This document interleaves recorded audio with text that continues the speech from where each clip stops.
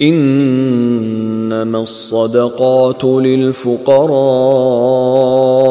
والمساكين والعاملين عليها والمؤلفة قلوبهم وفي الرقاب والغارمين وفي سبيل الله وابن السبيل فريضة من الله واللہ علیم حکیم۔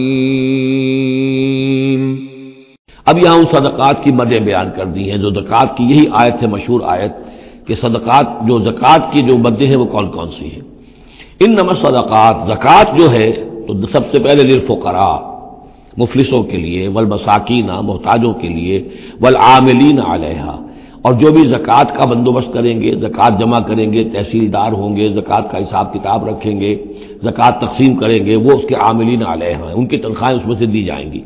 والمؤلفۃ قلوبہم، اور تالیف قلب کے لیے، کچھ لوگ ہوتے تھے جب تک ایک تحریک اور دعوت چل رہی ہے، بعض لوگ ہوتے ہیں معاشرے کے اندر صاحب حیثیت ہوتے ہیں، انہیں کچھ دے دلا دیا جائے تو ان کی مخالفت کم ہو جاتی ہے، ساتھی نہ بنے، کم سے کم یہ کہ ان کا مخالفت کا زور شور جو ہے کم ہو جائے، تو یہ تالیف قلب کے لیے۔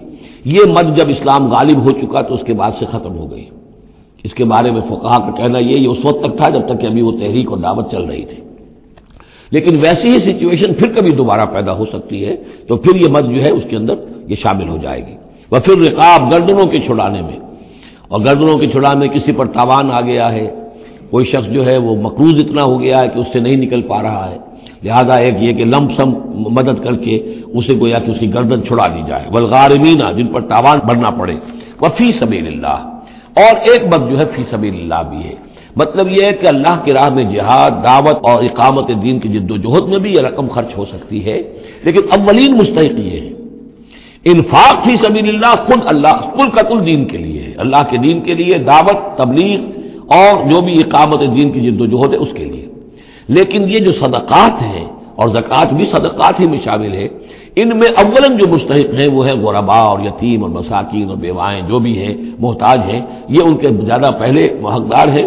البتہ یہ کہ اگر کسی شخص کے پاس اس طرح کی رقم بچ جائے کہ جو اس کے قریب میں جو بھی رشتہ دار ہیں، غرباء ہیں، یتامہ ہیں، مساکین ہیں، ان کو دے چکا ہے اور وہ باقی وہ کسی دین کے کام میں دینا چاہے تو دے سکتا ہے۔ وفی سبیل اللہ وابن السبیل، اور مسافر کے لیے۔ فریضۃ من اللہ، یہ اللہ تعالیٰ کی طرف سے معین ہو گیا ہے۔ یہی لفظ آیا ہے بار بار سورہ نساء میں، جہاں کے جو احکام آئے تھے وراثت کے۔